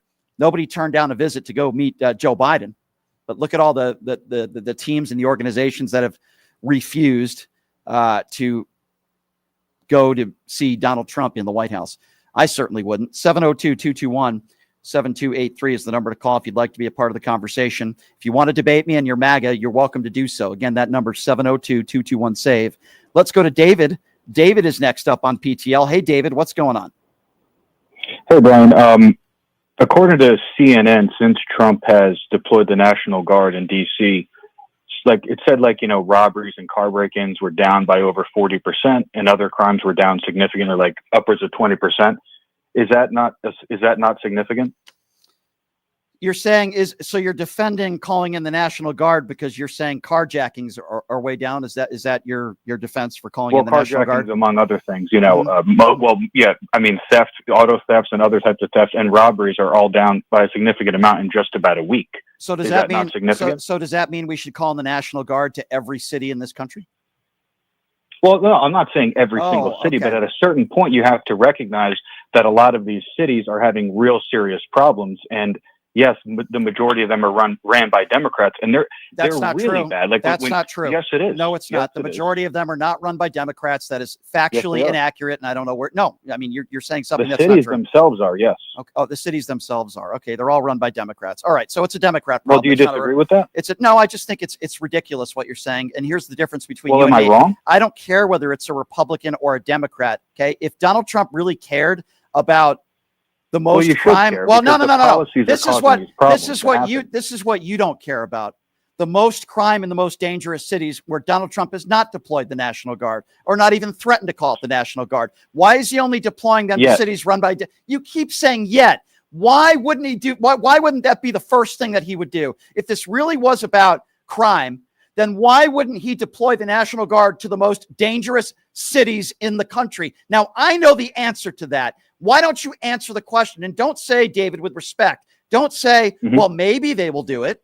Why do you think he has not called out the National Guard to the most dangerous cities in the country if he claims this is about crime? Well, I'll explain. Because Washington, D.C. is, the capital of our country, and it's completely absurd with how dangerous our own capital is. Why? You're not answering. I didn't ask you how. I just did. You said Washington, D.C. is absurd. Okay, that's not answering my question. I'm going to ask it again. Washington, D.C. is not even top 10 when it comes to the most crime, particularly violent crime. I'm asking you a very specific question. And by the way, he's threatened to deploy troops to Chicago. Also not top 10. Fantastic. He's threatened. You say fantastic, but you won't answer my question. I'm going to ask it again. Why has he not threatened to deploy the troops to any of the top 10 most dangerous cities in this country? Please answer the question. Well, I told you, because he's doing it in D.C. first, because that's the capital of this country, and he wants to get that's the capital. Because that's the capital of the country. That's your excuse why he did it in D.C. first. So why is he doing it in Chicago second? So why is he doing it in Chicago? What's your excuse to why he's deploying troops in Chicago if they're not top 10 when it comes to violent crime? What's your excuse on Chicago? Well, have you seen the murder rate in Chicago? Do you have any idea how They bad are it is not. there? I have I just family in said. Chicago, I and they just tell me how okay, dangerous it is. just because your family tells you how dangerous it is doesn't mean it's top 10 most dangerous cities in the country, which it's I didn't not. say it was Okay, top 10. so I didn't say it was top 10. answer my question. Why is he threatening to deploy troops to Chicago and Baltimore when they are not top 10 most dangerous cities in the country? I keep asking the same question over again. You say, well, because DC is the capital. Pathetic excuse. So give me an excuse to why you think. How's that a pathetic excuse? Because Do you of disagree with that? Is it because not we're the talking capital? we're talking about crime. And if we're talking about and I crime, just told you that area is very high in crime, That- and it's the is it one capital of of our country, Okay, and he wants to handle it in so- our capital. Don't gotcha. you want to see then the why did he capital of the call? US be Then why healthy did and he? safe? Do you Then not why want did to see that? I want to see every city safe, sir, not just DC. But if that's the case, and you're making, and that's what I think it is, an excuse, then what is your excuse for him wanting to deploy troops to Chicago and Baltimore when they are not even close to top 10 per capita when it comes to murder rates and violent crime? What is your excuse for that? It's how is it not? How is it an excuse? I just told you these areas. So it has to be the first one, and then the second one, and then the fourth, and the seventh. So you think the it's areas that fair? he's You're looking at that are really no. Yeah, They're not. They're excuse not me. even close to top 10 most dangerous. If this is about crime, and you think he cares about that, by the way, he pardoned a bunch of January 6th insurrectionists in D.C. Last I checked, that was the Capitol, and he called them patriots and hostages. So please spare me the BS about how he cares about the Capitol in D.C. and about being safe, when on January 6th, he didn't call in the National Guard, and he sat on his ass for 5 hours. Well, he tried to. No, he didn't. There is zero. No, wrong. Nope. There is zero evidence. Once again, you are lying. There is zero evidence. I'm not lying. Oh, then where is your evidence that he actually tried to call in the National Guard? Because the commission, the January 6th commission, interviewed basically everybody under oath, and not one person under oath says Donald Trump asked to call in the National Guard. So where are you getting that information from? And this is your argument every time. Tell Every me. time Tell me. No. somebody talks- Let's I'm go. explaining. Every time somebody talks about how dangerous these cities are, you talk Let's about go back January 6th. because January It's 6th. completely ridiculous. No, it's not ridiculous. You think what happened on January 6th is ridiculous? You keep claiming that the reason why Donald Trump called in the National Guard is because it's our capital. So if that's your opinion, and we need to protect D.C. because it's our capital. Why do you think he brought him into DC? Hold on. If that's your opinion, then please answer my question. And by the way, correcting the record for you again, there is no evidence that Donald Trump wanted to call in the National Guard. There were multiple people that testified under oath that he never asked for that, and he had the authority to do it. He sat in his ass for 5 hours. What you're saying is not true. I want to be very clear on that. You have zero evidence to back up what you just said. Now, you asked me a question, David. Why do you think he's doing it in Washington, D.C.? I think there are multiple reasons. Okay. I think the first reason is his ego. He wants to play tough guy and appeal to his base. Number two, I do think that the fact that there is a black mayor and Democrats in charge there, and the fact that there is a black mayor in charge, just like there's a black mayor in charge of Chicago, just like there's a black mayor in charge of Baltimore, is not a coincidence. I also do think race is involved. A lot of homeless people, a lot of minorities. I think there are multiple reasons why he is doing this, and I think it's a very slippery slope and a dangerous path. So don't give me the excuse that the reason why you just think it's about race, like even though there's no real. I just said is. Okay, so let's go with that then. What does Baltimore, Let's go with Chicago, and DC all have in common? Those They are have the three. very high murder rates. Not top 10. What do you consider? I didn't high? say they were top 10. Okay, But so they're not. So none of those three cities are top 10 or even close to that. By the way, I think Chicago's like 98th of the most dangerous cities in the country. So I'm asking you again, what do they all have in common? Please answer the question. I just told you they all have They're all very dangerous. high murder rates. They're all dangerous. Are Okay. you going to tell me Chicago's not let me, dangerous? Are you going to say that to me? Again, they're 98th in the country. So my answer would be, David. Are My you answer. can you answer this one question? I'm gonna. Okay, but hold on. Let me answer. Do you think Chicago's a safe city? Do I think Chicago's a safe city? So if you ask a question like that, and someone says, no, it's not necessarily a safe city. So cities, I don't think North Vegas is safe. I don't think there are plenty of parts of Las Vegas that are safe. Does that mean I think the National Guard should be called in? No. So your question is ridiculous. Okay. So you don't think it's safe, or you do? I just want to know. I Yes or no, think Chicago a safe city. I think there are portions of large cities across the country that are not safe. You could name any city, and I can give you. There are bad neighborhoods in every city that are not safe. That doesn't mean the National Guard should be called in. But they were never this bad. They were never this bad. Chicago was not this bad 20 years ago. It's really, really bad. It's not as bad as it was 5 years ago. But What about it's still Baltimore? comically high. What as about is Baltimore? Yeah, these Really? It's high? all of these. Yes. Really? It's high. Do you not agree? No, I don't agree. Baltimore murder rate is down 62%. You have no idea what you're talking about. Well, relative to what? Relative to its very high murder rate. Just because it's down doesn't mean that it's low. It just means it's down, but it's Baltimore still a high is not number. Baltimore is not one of the top 20 cities most dangerous. And again, the murder rate is down 62%. You're making excuses. But for that Donald doesn't Trump. mean that it's safe. just Okay, because so it's down. in You your understand opinion, that. if David doesn't think a city is quote unquote safe, then that is his defense for calling in the National Guard. David, do you realize how ridiculous you sound? At some point, you have to handle these problems, which these cities have not handled. They won't do it. And Either handling- they don't have the political inclination to do it, or they don't want to, or they and don't your have the money idea or funding. and your idea of handling the problem is pick and choose 3 cities that aren't even top 50 in the most dangerous cities in the country that all happen to have Democrat black mayors. And your defense is, I don't think it's safe there. David, Okay, so you're that's ridiculous. your argument is it's You're- because the mayors you're- are black. That's well, your argument. Then what's your argument to why he picked these 3 cities over any of the top 25 most dangerous cities in the country? What is your excuse? Because these cities are enormous and they've become known Because for these how bad and cities- how dangerous they are. Because these cities are enormous. I repeat once again, they are not Is even Chicago is it not a big city with a very high murder rate? Is that not true? Again, I will repeat myself. There are plenty of other cities per capita that are far more dangerous than the cities that we are talking about, including Jackson, Mississippi, let's go with your Memphis, argument for a Tennessee, second. St. Louis, Missouri. Yeah. There are plenty of cities out there that have high murder rates per capita, and Chicago and DC and Baltimore aren't even top 10. And he hasn't called out. If he sent the National Guard to the #1 city with the highest homicide rate, would you agree with that or no? If he, while I wouldn't agree with it, I wouldn't be against it as much. Now, I don't think we should be calling in the National Guard unless local law enforcement requested or asked for it.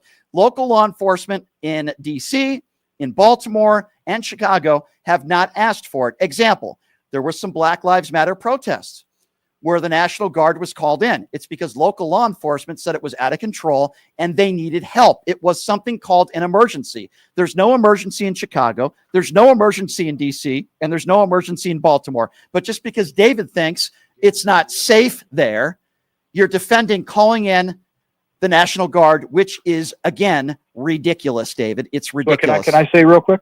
Am I still there? Go ahead. Baltimore is the third city with the highest homicide rate. It's Baltimore, and Washington D.C. is 4th.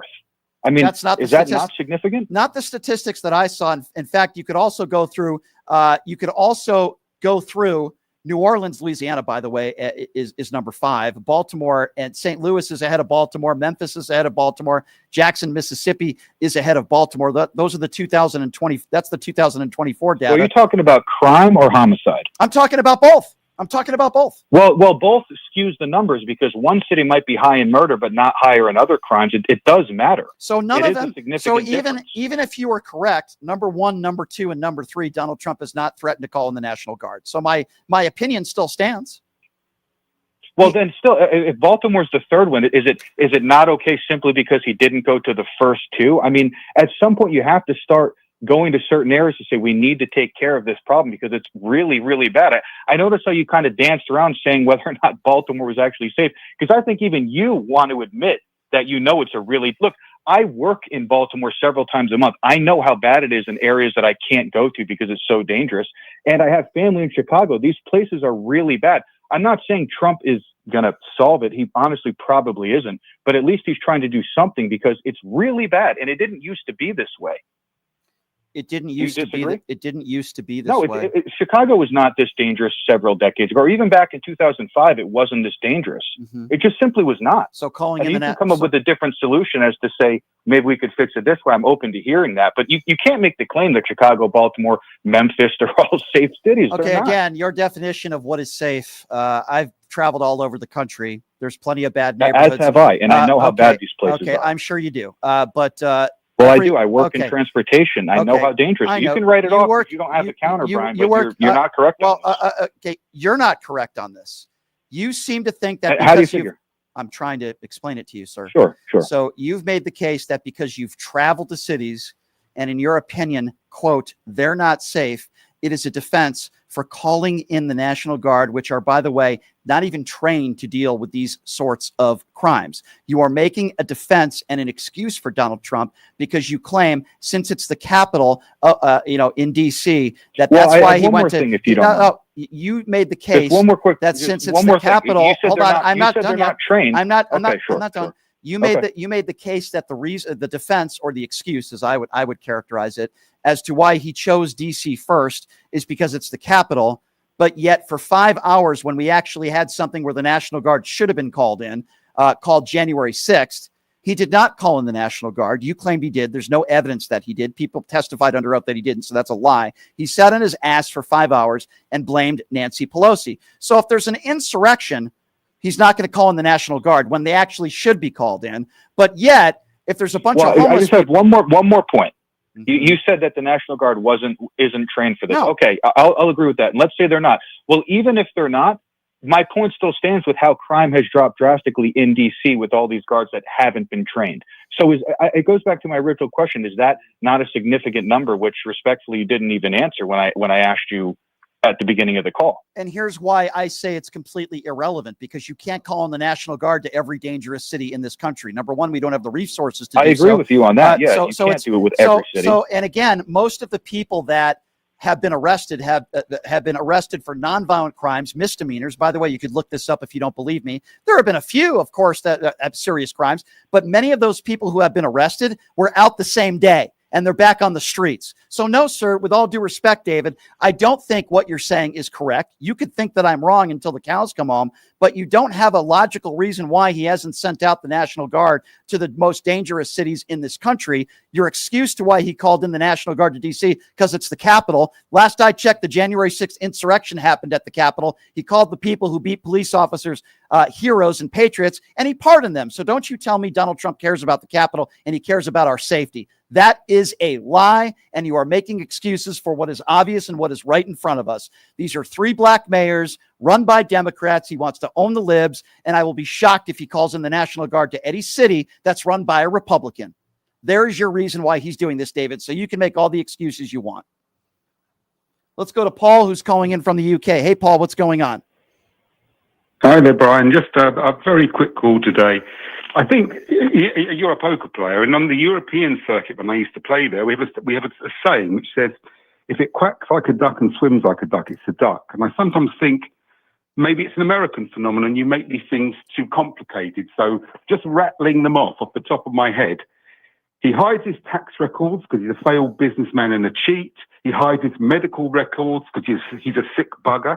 He hides his school records because he's sick. He hides the Epstein tapes because he's a paedophile. And he's obviously a racist, and he sends in the National Guard because he wants to flex his muscles in order to intimidate the American people into not having free and fair elections, just like Putin would. Right. It's fair, and it's just so obvious, Brian, and it comes true every time. He's not hiding it. He's hiding the evidence, that's all, but it's just plain and in sight. Plain and in sight. There's no debate needed. Why is he hiding the Epstein records? What could it be? We know what it is. Of course. We know what it is. He's a paedophile. Of course. And he did stuff with Epstein. That's of course. We know that. And the way they're handling Maxwell is so despicable and so disgusting. They pretty much put her in a Club Med. And any prisoner who speaks negatively about Maxwell is punished. I mean, it's so despicable. And, MAGA Republicans have been talking about sex trafficking for years. And guess what? I'm on their side on this. I think it's absolutely despicable. But the way they are treating Maxwell, do you notice all these people are keeping quiet about it? Did you hear that she actually defended Epstein, saying the only reason he liked young girls is to share their playlist? I did. It's so despicable. Can you believe it? I know. That's meant to be credible evidence. I agree, my friend. I always love hearing from you, man. Thanks for calling from the UK. People are saying you should co-host the show with Paul. 702-221-7283. Let's go to Chris. Chris is next up on PTL. Hello, Chris. Hey, how are you doing? Good. What's on your mind? A little down. I lost my first debate to a Trump supporter, and I want to make sure people learn from my mistakes. So give me 15 seconds to explain, all right? Okay. I accused Trump of having an affair with Laura Loomer a few days ago. This guy laughed at me saying President Trump can do better than her and dismissed me as an idiot. And I immediately conceded the loss and said, "You're right. She looks nothing like his daughter Ivanka when she was a teenager. So why would he be interested in Laura Loomer?" And I don't lie. I was embarrassed. I lost that debate. I think Laura Loomer is a mix between Mickey Rourke and Marjorie Taylor Greene. That's what I think. Listen, Laura Loomer is not a journalist. Laura Loomer is despicable. And she's made a big name for herself by spreading propaganda and lies about a lot of people. And unfortunately, there's a lot of right wingers on social media that make a living doing that. And it's despicable. It's disgusting. She has no credentials except coddling to Donald Trump every day. That's really what she's really best at. Yep. Hey, speaking of Memphis, doesn't he have like some AI business going on there that's polluting everything over there? He does. And that was another inside job and more corruption within our government. And Elon Musk made a lot of money. And you're absolutely right on that, my friend. You're absolutely right on that. Go to Lori in the YouTube super chat. Lori says, MAGA are hypocrites when it comes to crime. How about the white collar crimes that he pardoned, like tax, etc.? People who have money go free. Well, you're right. In this country, if you have money, you have a chance for better legal representation. And when you have better legal representation, you have a much better chance of getting out or getting off. 702-221-7283 is the number to call. Let's go to Gary. Gary is next up on PTL. Hello, Gary. Hey, how you doing, Brian? Good. What's on your mind? Okay, just wanted to mention a few quick things here. The guy that was calling about all the murders and everything. Yeah. Well, he's got to realize. I just did a real quick Google, because I already knew, but I just wanted to double check.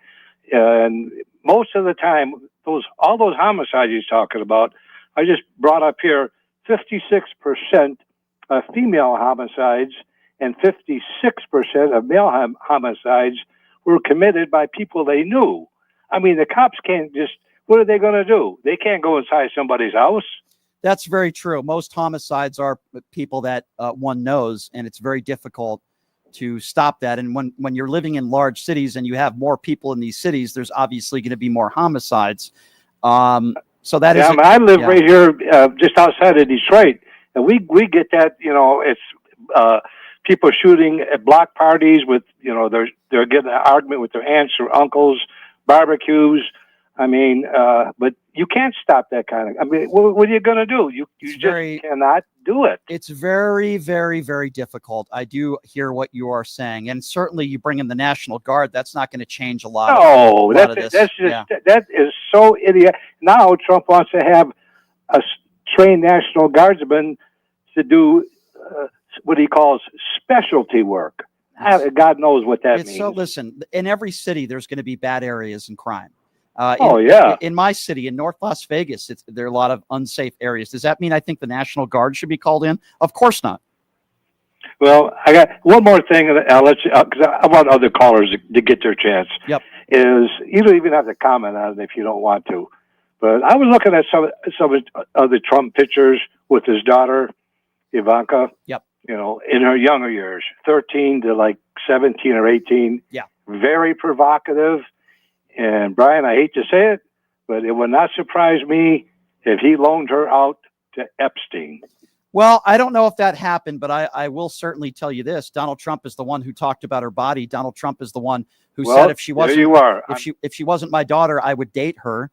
So, I don't know. I mean, I people that I hang out with, fathers that I know, they don't talk about their daughters like that. They certainly don't. 702-221-7283. Let's go to Mark. He's calling from Las Vegas. What's up, Mark? Hey, thanks for sneaking me in so quick. Sure. David actually, well, he is a moron. I mean, that's a given. But here's what's happening on the right is that they're showing little video stories on Fox News and other things of any kind of black crime or anything happening in the inner city. And they think all of those places must be absolute hellholes, right? Yeah. But all they're getting is some stupid anecdote to confirm the fact that they're racist. That's all they're doing. Right. Washington, D.C. isn't even on the radar for crime. I was there in 2012 when it was supposedly higher, and it was perfectly safe in all the places that I went. If you go into, as you said earlier, any area of a town, that has a lot of poverty and other issues that aren't being addressed by sane policy, you're going to see more crime. People aren't going to sit back and starve. They'll they'll rob somebody to get money to buy food or whatever they're going to do. Sure. We could solve these problems, but they'd rather give money to wealthy people who sit on their ass, right? So that they can make more money and not do anything with the money that's useful to the country, rather than address real problems. I completely agree with you. When you look at all the people in this country that are struggling and those that are living paycheck to paycheck, they're the ones that are suffering the most under Donald Trump's policies, whether it's losing their Medicaid coverage or losing their food stamps or not getting tax deductions. And when you look at the tax loopholes for the Fortune 500 CEOs and the rich billionaires in this country, those are the ones that are benefiting from Donald Trump's policies. I told everybody that this was going to happen. You could see it coming from a million miles away. Yeah, our media is terrible because they hype up the acts of violence by the wrong people while ignoring the fact that billions of dollars are being stolen from the right wing by these white supremacists. You're right. So thanks. Thank you, Mark. I appreciate you. I agree with you 150%. All right, let's go to Pat. Pat is next up on PTL. Hello, Pat. Hey, Brian. Hey, Pat. Here in Maryland, work in D.C. We're going to always have crime in D.C. as long as we got a felon running D.C. Well, that's true. 34. We got a pedophile felon running D.C. So we're going to have that's top of the line crime. That's true. Isn't it interesting that the people that talk about crime are the people that are criminals themselves? Donald J. Trump is one of them, a 34-count felon, and he wants to talk about making America safer. And what do you think? You send the National Guard in there, of course the crime is going to go down. Well, obviously, of course. Obviously. Nobody wants to go there. Nobody wants to go there. I suppose if we sent armed tankers into cities, the cities would be safer too. That doesn't mean we send armed tankers in there. Thank you. It's just it's such a stupid argument, man. It's such a dumb argument.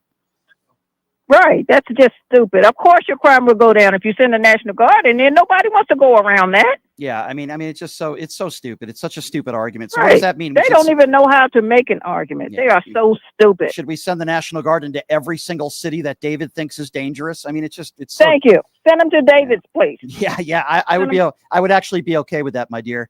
Thank you for the phone call. Let's go to Bruce. Bruce is next up on PTL. What's up, Bruce? Hey, how are you, Brian? Good. What's on your mind? The big thing that people don't get, and it's hard to really reinforce it, but as you said, crime is directly linked to social economic poverty. Like when people are poor, have no money, there's a lot of crime. That's true. I mean, I certainly agree with you. You go to cities and areas, neighborhoods and cities that are much more poor, there's going to be more crime. That's an obviosity, and I agree with you on that.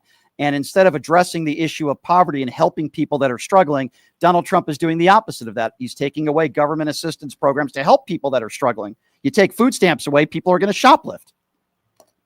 Yeah, and the big problem is these billionaires, they've sucked so much money out of the economy, right? And it's the bank doing nothing. It's very damaging to the economy. Oh, sure. You're right, my friend. Bruce, I'm up against the clock here. I appreciate your call. Absolutely agree with him 150%. You take away food stamps, there's going to be people out there that can't put food on the tables for their families. They're going to, because they want to provide for their families. I'm not condoning that. You take away medical benefits for over 15 million as Americans. Some of them are going to lose their lives. Many of them are going to become sick. They're going to go to the emergency room. The hospitals are going to have to take them in, and they should, but it costs the American taxpayer more money. But these stupid Republicans out there think that this big, beautiful bill, that they call it, will save money while giving the biggest tax breaks to the top 1% in this country that we've ever seen in the history of the United States of America. It's a joke. It's an absolute joke.